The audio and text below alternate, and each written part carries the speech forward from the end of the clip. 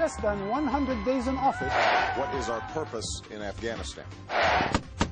President Obama has a war to his name. Coming, man, they're coming! Level the building. AFPAC combines, expands, and escalates America's theater of operations in Afghanistan and Pakistan. Pakistan poses a mortal threat. As the Taliban advance and the Pentagon deploys 30,000 more troops, it is military suicide. We ask, who's to blame for the current escalation and what's behind America's surge in Central Asia? This is Empire.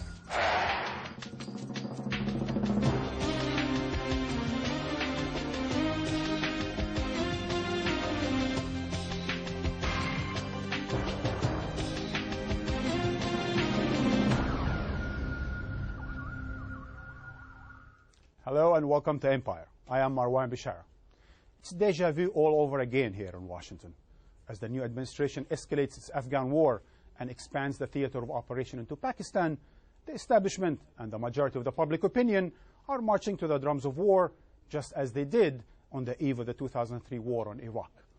The enthusiastic military is refreshing its war contingencies, the unquestioning media is cheering, and a complacent Congress moves ahead with its so-called peace bill in support of the new AFPAC strategy. And the pretext, well, it's more of the same, politics of fear.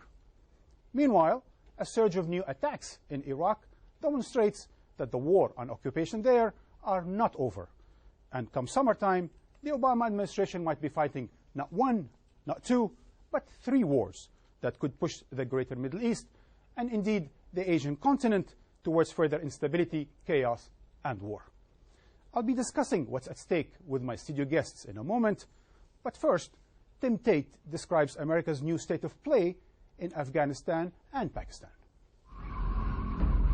It was meant to be the good war that America had won. Our nation has destroyed Afghanistan's terrorist training camps, saved the people from starvation, and freed a country from brutal oppression. But someone forgot to tell the Taliban. The number of American and NATO soldiers killed in Afghanistan has been rising every year. So what went wrong? The Taliban was simply routed. They were not defeated, they were routed. We've been arrogant but mindless about the approach. Instead of trying to end terrorism, I think they are creating more hatred and they are producing more terrorists in this region. It didn't have to be this way. In the 1960s, Kabul was a modern and forward-looking city. Today, 30 years of war have left it a pockmarked shell. The Karzai government may rule here, but it controls just 10% of the country. And despite almost $15 billion in international aid, the promises made to ordinary Afghans for a better life are unfulfilled. Every 30 minutes, an Afghan woman dies in childbirth.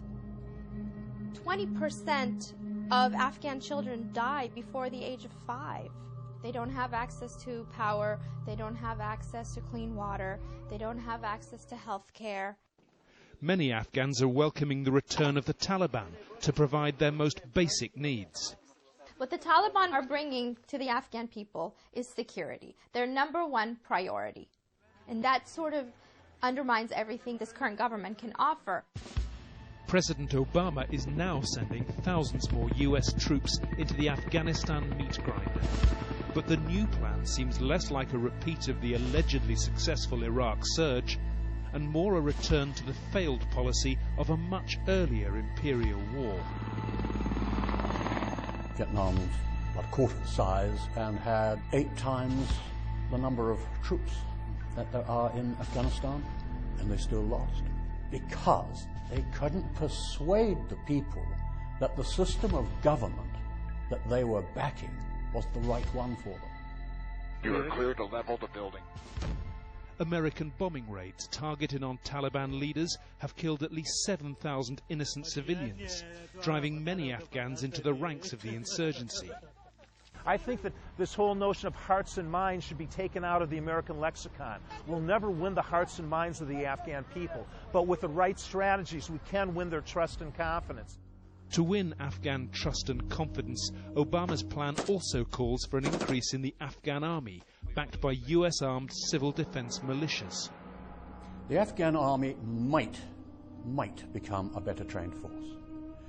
Militias, I don't think there's a hope.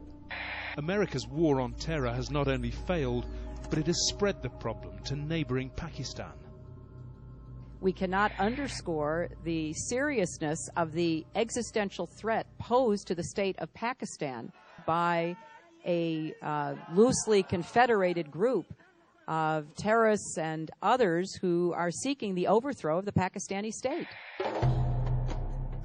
The border between Afghanistan and Pakistan is no more than a line on a piece of paper. On the ground, it melts away, allowing Al-Qaeda and the Taliban to move freely between the two countries. And with fellow hardline Islamists now controlling the Swat Valley, the Pakistani government in Islamabad has no control over the entire northwest of its country. Pakistan is now faced with its own internal Taliban movement, which is even more, in many ways, more threatening and more horrifying even than the Taliban movement in Afghanistan. It is terrifying and intimidating the local population. But Washington seems determined to shoot itself in the foot by sending unmanned drone aircraft to bomb Taliban and Al-Qaeda targets in the places where the Pakistan government's writ doesn't run. The consequences are going to be horrendous. The entire nation is going to see this as an invasion of Pakistan. Today you have thousands of freedom fighters or militants. Today you have thousands of them, then you will have hundreds of thousands of them. I think this is a recipe for a great calamity. Having lost its supply routes through Pakistan, Washington is also courting a new set of dangerous allies, the highly unstable former Soviet states on Afghanistan's northeastern borders. It needs their support to open a new military and civilian supply line, far away from known Taliban-controlled areas. 8 years after the war to liberate Afghanistan, new imperialists are once again playing the 19th century Great Game, treating Afghanistan as the ground zero in their renewed struggle for regional domination. Russia wants to strengthen its grip on what it sees as its historic backyard. India is using the cover of reconstruction in Afghanistan to destabilize its old enemy, Pakistan. China has invested billions of dollars in Pakistan and Afghanistan. And Iran is exerting influence after decades of assisting the Northern Alliance. This situation is far more complex than only terrorism kind of a scenario. There are very serious strategic implications of US continuous stay in this region in terms of its influence on Iran, destabilizing Russian and Chinese interests. I am not very sure if they are going to remain silent spectators for very long. With me to discuss the escalation in Central Asia and the Obama's new strategy, or let's call it Obama's new war in Afghanistan and Pakistan, is Mr. Lakhdar Brahimi, a former special UN envoy to Afghanistan, and Seymour Hersh, a renowned investigative reporter and author who works for the New Yorker magazine, as well as Shuja Nawaz, director of the South Asia Center at the Atlantic Council, and also author of books on Pakistan. And from Montreal, Mr. Tariq Ali, a leading commentator, novelist, and author, among others, of 3 books on Pakistan. Gentlemen, welcome to Empire. Mr. Brahimi, among those who observed Afghanistan over the last few years, you stand out as the outside observer par excellence. How bad is the situation in Afghanistan? I'm afraid it is very bad, and it has been left to deteriorate consistently. I think everybody made mistakes. Probably the central mistake was to say that Afghanistan was about fighting the so-called global war on terror, whereas we should have concentrated on the fact that Afghanistan had been subjected to all sorts of wars for 30 years, and what was needed was to help the people of Afghanistan rebuild their state. If you rebuild the state in Afghanistan, then there will be no room for international terrorism. But of course, it became a forgotten war for so many years. It has. It's not. It's worse than that. I think it was a deliberately ignored war. You know, we're saying the Taliban were finished. The Taliban were not there. The Taliban, I think, everybody now recognizes, were routed. They did not surrender to anybody. Yeah. And then, of course, they reassembled, and now they constitute a formidable force. Mr. Hirsch, we know for sure, everyone does around the world, that Taliban is the enemy of the United States. But why is America, you as someone who's probably reported more about the city than anyone else, why is America going after Karzai all of a sudden? For a lot of reasons. There's long-standing issues of corruption, lack of leadership, et cetera, et cetera, et cetera. And I think also, if you remember, he began talking about wanting to talk to some of the Taliban, some of the more, what we quote-unquote, the moderate Taliban. Yes. The bottom line for me in this whole issue, we don't have an end game. There's a division inside. Publicly, they talk about victory. Privately, they're very skeptical. And I'm afraid what worries me is we're going to see the classic American pattern, which is going to be more and more force. Yeah. And the more and more force we make, the more and more people we're going to turn into Taliban. And Mr. Nawaz, is the situation in Afghanistan, or does the situation of Afghanistan threaten the national security of the United States? Not the situation of Afghanistan per se.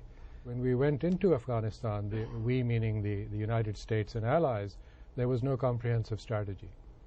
Yes. And now it was only about a year ago that there was even an attempt made to consolidate just the military part. And now there's a plan, but the implementation was missing.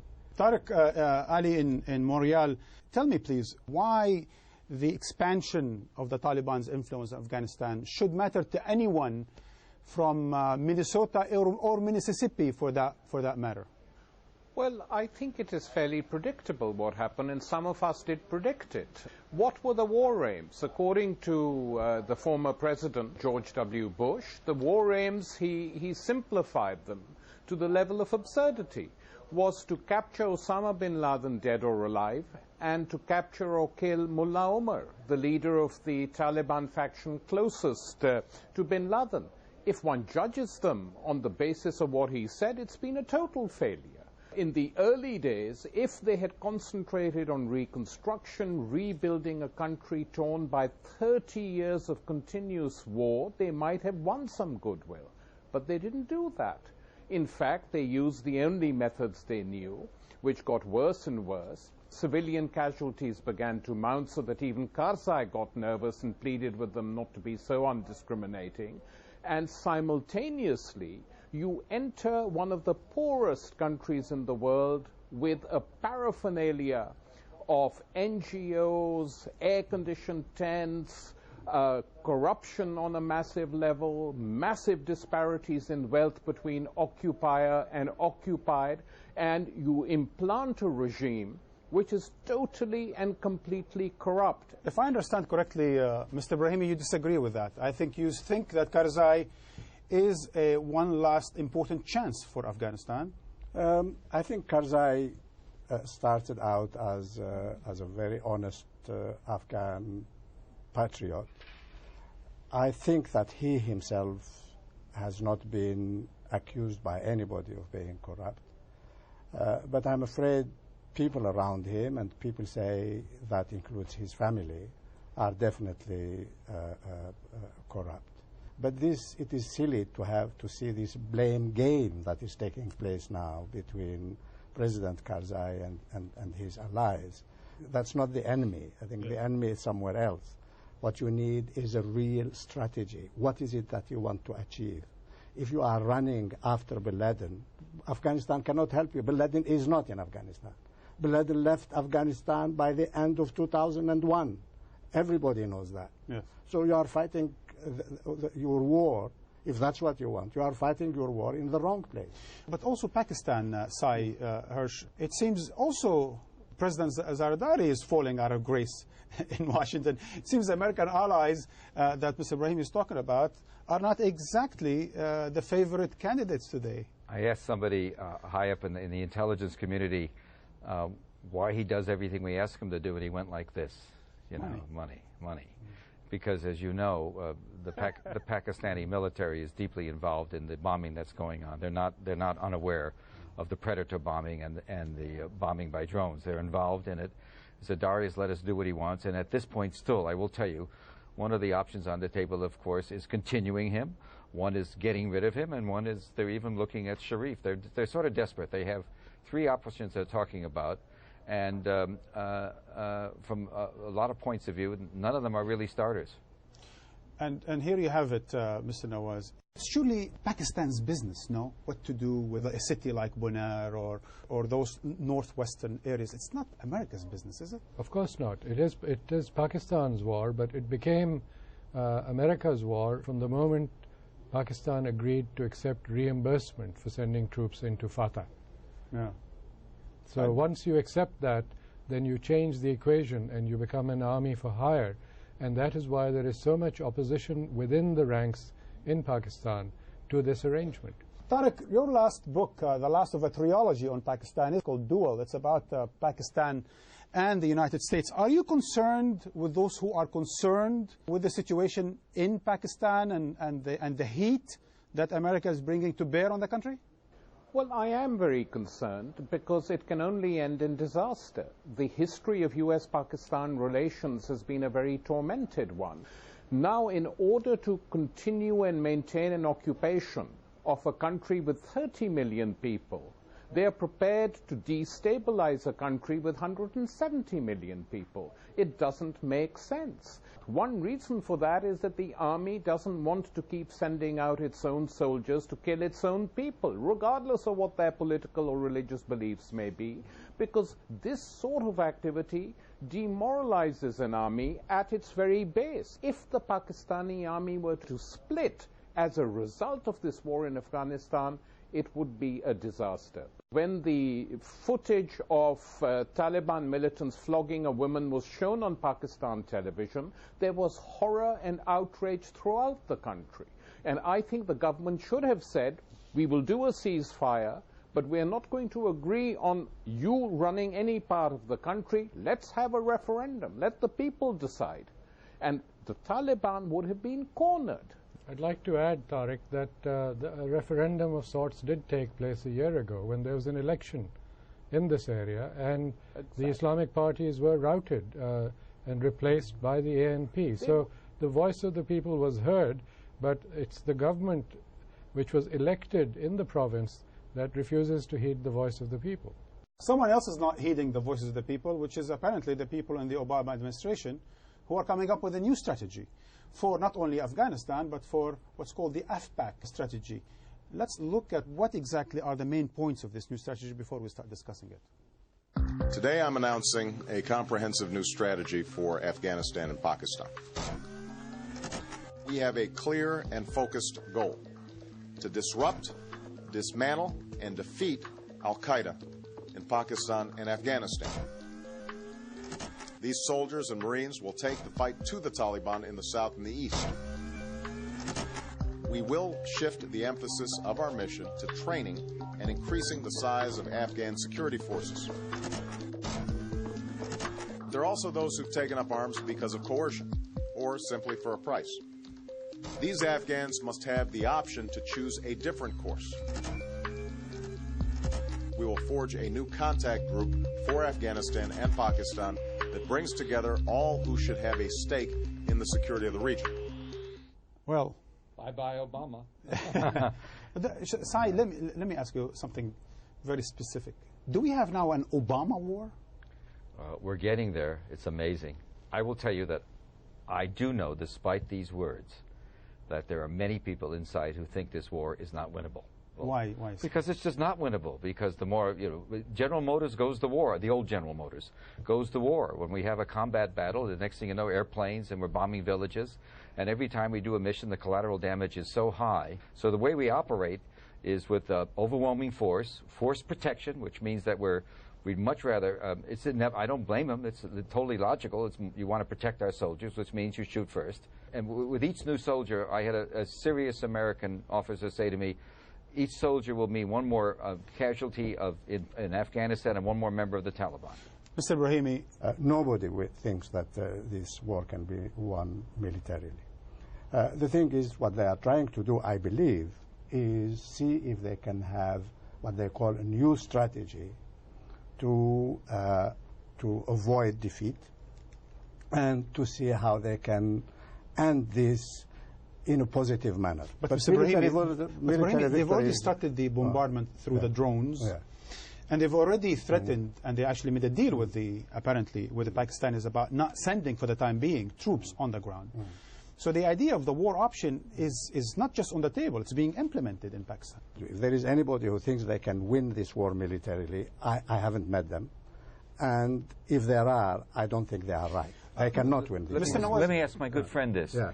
The president just said we will defeat the Taliban. Is he talking about psychologically? I think he said he will defeat the Al-Qaeda. The Taliban in Afghanistan cannot be defeated. I mean, they can be defeated in 30 years if you can put 200 or 300,000 soldiers on the ground. Yeah, and you stay there Mr. 20 or 30 years, Mr. Nawaz, you've written that book, Crossed Swords, on Pakistan recently, about the nature of life, military, and society in Pakistan.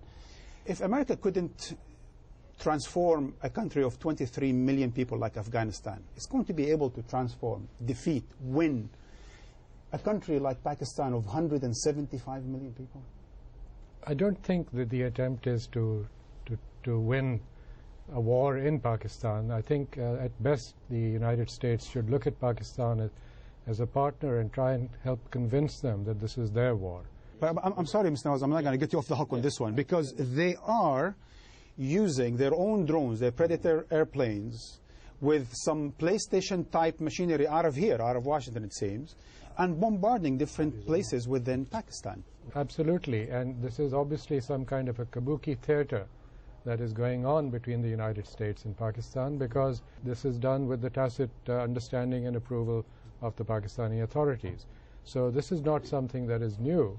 It is a pretend game, and it's about time that there was a leveling of this with the Pakistani population if you want to win the Pakistanis over.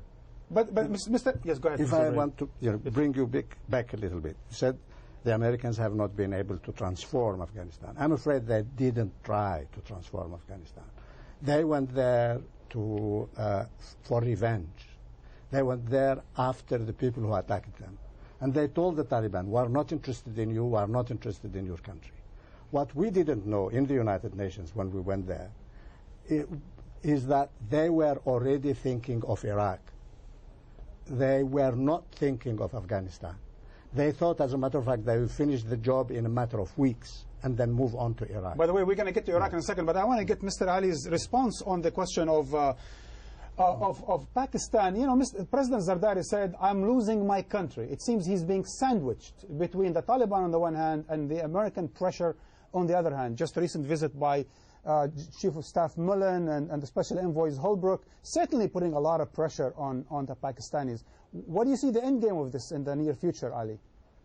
Well, I think that if the United States carries on like this, they will end up defeating what they say is their own purpose, which is stabilizing Pakistan. In fact, they're destabilizing it. You know, the drones business isn't a joke. The figures which have now been revealed is that over the last 2.5 years, the 701 people have been killed, 94% of whom were innocent civilians. And that is a figure which we've got from the country's largest newspaper, which has done a systematic survey. So the United States should be careful. And you know, I was very annoyed watching television the other day to see Ahmed Rashid saying that the Pakistani middle classes now support the necessity of drones. This reminded me very much of Ahmed Chalabi's stuff before the war in Iraq. And I think the United States should have learned one thing, which is not to trust someone whose first name begins with Ahmed and who tells them that everything you're doing is great. Well, Mr. Ali, we're going to actually be talking right after we come back from the break about the question of Iraq. But gentlemen, we need to take a break.